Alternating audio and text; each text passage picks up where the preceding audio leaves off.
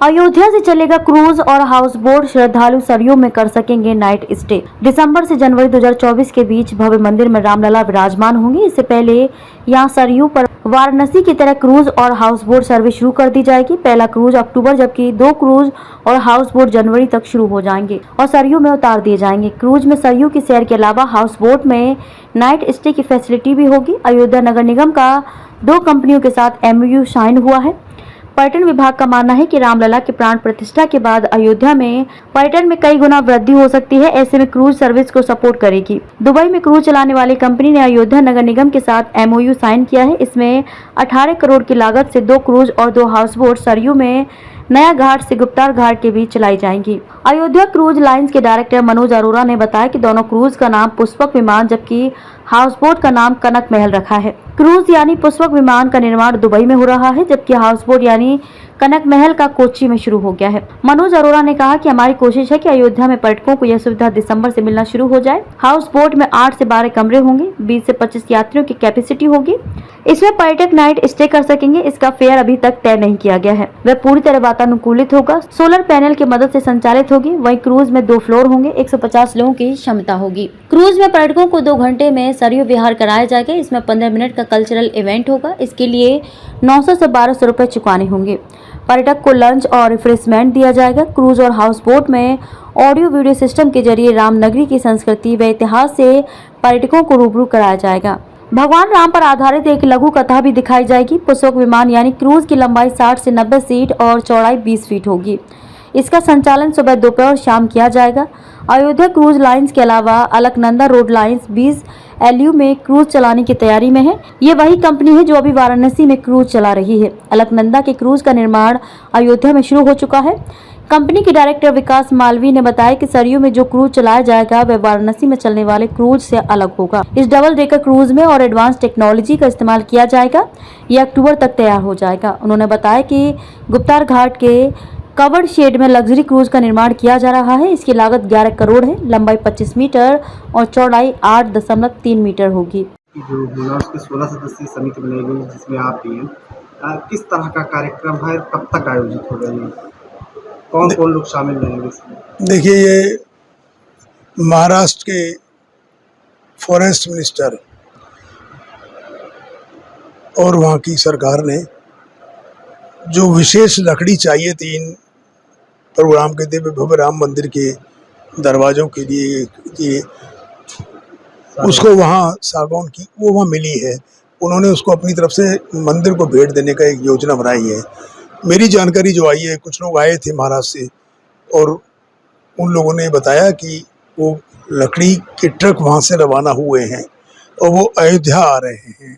वहाँ से उस कार्यक्रम में माननीय फॉरेस्ट मिनिस्टर, माननीय मुख्यमंत्री महाराष्ट्र, उन लोगों ने वहाँ से रवाना किया है और यहाँ पर ये कार्यक्रम संभावित 28, 29, 30 में किसी एक डेट के बारे में वो बता रहे थे कि जब वहाँ के मुख्यमंत्री जी और भी अन्य VIP लोग इसमें आने का निर्णय करेंगे और फिर यहाँ के माननीय मुख्यमंत्री जी का भी वो समय लेने की प्रयास कर रहे हैं। वो फाइनल हो जाएगा तब डेट फाइनल होगी। लेकिन ये है कि एक अच्छा कार्यक्रम होगा और प्रोग्राम के दिव्य भव्य राम मंदिर के लिए जो आदरणीय नृपेंद्र मिश्रा जी ने जिस कास्ट को पसंद किया था वो कास्ट वहाँ से आ रही है, लकड़ी वहाँ से आ रही है। देखिए, अभी ये मेरे पास वो लिस्ट अभी नहीं है कि इसमें कौन कौन लोग हैं, लेकिन मुझको ये बताएगा कि आप भी हैं तो विधायक के नाते अयोध्या में कोई भी कार्यक्रम होता है तो स्वाभाविक है वो नाम मैं ना भी रहूं समिति में तो मेरी जिम्मेदारी है। मैं अयोध्या का सेवक हूं। अयोध्या के सेवक के नाते मेरा कार्य है कि जो भी आप समिति में इसकी जानकारी है। हाँ, ऐसी मेरे को जानकारी दी गई है। ठीक है। लोगों के जनजीवन को नदी से जोड़ने के लिए प्रयासरत है। इसमें सरयू के नदी के जो पूरा गुप्तार घाट से लेकर के नया घाट तक का जो पूरा ये स्ट्रेच है जिसमें घाट बने हुए हैं और विभिन्न पौराणिक स्थल, मंदिर आदि पड़ते हैं। इस दौरान इस पूरे रास्ते को क्रूज के माध्यम से कनेक्ट करने का प्रयास किया जा रहा है। इस विषय में मंडलायुक्त महोदय द्वारा एक समिति भी बनाई गई है जो जिलाधिकारी महोदय की अध्यक्षता में समिति है जो बोट क्लब की स्थापना और डिफरेंट टाइप के जो वाटर स्पोर्ट्स हैं उनके प्रोत्साहन के लिए भी लगातार कार्य कर रही है।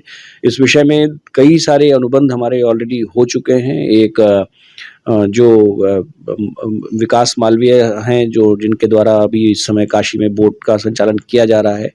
उनका भी कार्य यहाँ पे चल रहा है। उनके द्वारा फैब्रिकेशन किया जा रहा है एक बड़ी सोलर बोट बनाने का कार्य के लिए।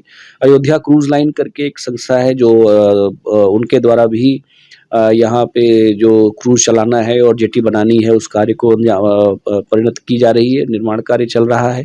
और इसके अतिरिक्त जो यूपी नेडा डिपार्टमेंट है उनके द्वारा भी सोलर बोट और सोलर हाउस बोट के लिए ऑलरेडी टेंडर करके और सिलेक्शन किया जा चुका है एग्जीक्यूटिंग एजेंसी से। तो हमें लगता है कि शीघ्र ही अयोध्या के पूरे इस स्ट्रेच में सरयू गुप्तार घाट से लेकर के नया घाट तक के स्ट्रेच में आपको 3-4 विश्व स्तरीय सोलर बोट्स और हाउस बोट्स के उपयोग नहीं, दुबई से कोई एमओयू नहीं हुआ। जो संस्था जो यहाँ इन्वेस्टमेंट कर रहे हैं अयोध्या क्रूज लाइन के लोग, उनके जो फाइनेंसर्स हैं वो दुबई के हैं। तो उनके द्वारा ये इन्वेस्टमेंट का जो पर्यटन विभाग द्वारा हस्ताक्षर किया गया था एमओयू, उसके अंतर्गत वो लोग यहाँ इन्वेस्ट कर रहे हैं। सर क्या नाम होगा जो तो चूंकि 4-5 संस्थाओं द्वारा हाउस बोट चलाए जाएंगे तो सब लोग नाम अपना और उसका प्लेसमेंट और उसकी मार्केटिंग वो अपनी ब्रांडिंग के हिसाब से करेंगे। बट मुख्यतः इसमें जो क्रूज होगा इसमें जो धार्मिक ही इसका स्तर रहेगा और इसमें जो प्रभु श्री राम के जीवन गाथा से संबंधित जो विभिन्न वृत्तांत हैं उनके ऊपर ही लोगों को एंटरटेन करने के लिए जो वीडियो चलाई जाएंगी और पूर्णतः शाकाहारी होगा और इस पर कोई अल्कोहल सर्व नहीं होगी। क्षमता कितनी होगी? अलग अलग क्षमता होती है, जो कि अभी हम लोग मिड साइज क्रूज की ही बात कर रहे हैं। तो अभी तैयारी हमारी लगभग 50 से 60 लोगों के लिए क्रूज चलाने का ही है। सर अयोध्या के साथ साथ क्या भगवान राम के भाई भरत के तपोस्थली का भी विकास है? भरतकुंड के विकास की बात लगातार पिछले काफी वर्षों से चल रही है और हम लोगों ने उस पर प्रस्ताव बना करके भी पर्यटन विभाग को भेजा था, किंतु अभी तक उसका सैंक्शनिंग की कार्रवाई नहीं हुई है। तो जैसे ही धनराशि का निस्तारण किया जाएगा वो हम लोग को उपलब्ध होगी, हम लोग तत्काल उसका भी विकास करेंगे। सूत्रों से खबर आ रही है हमारा प्रयास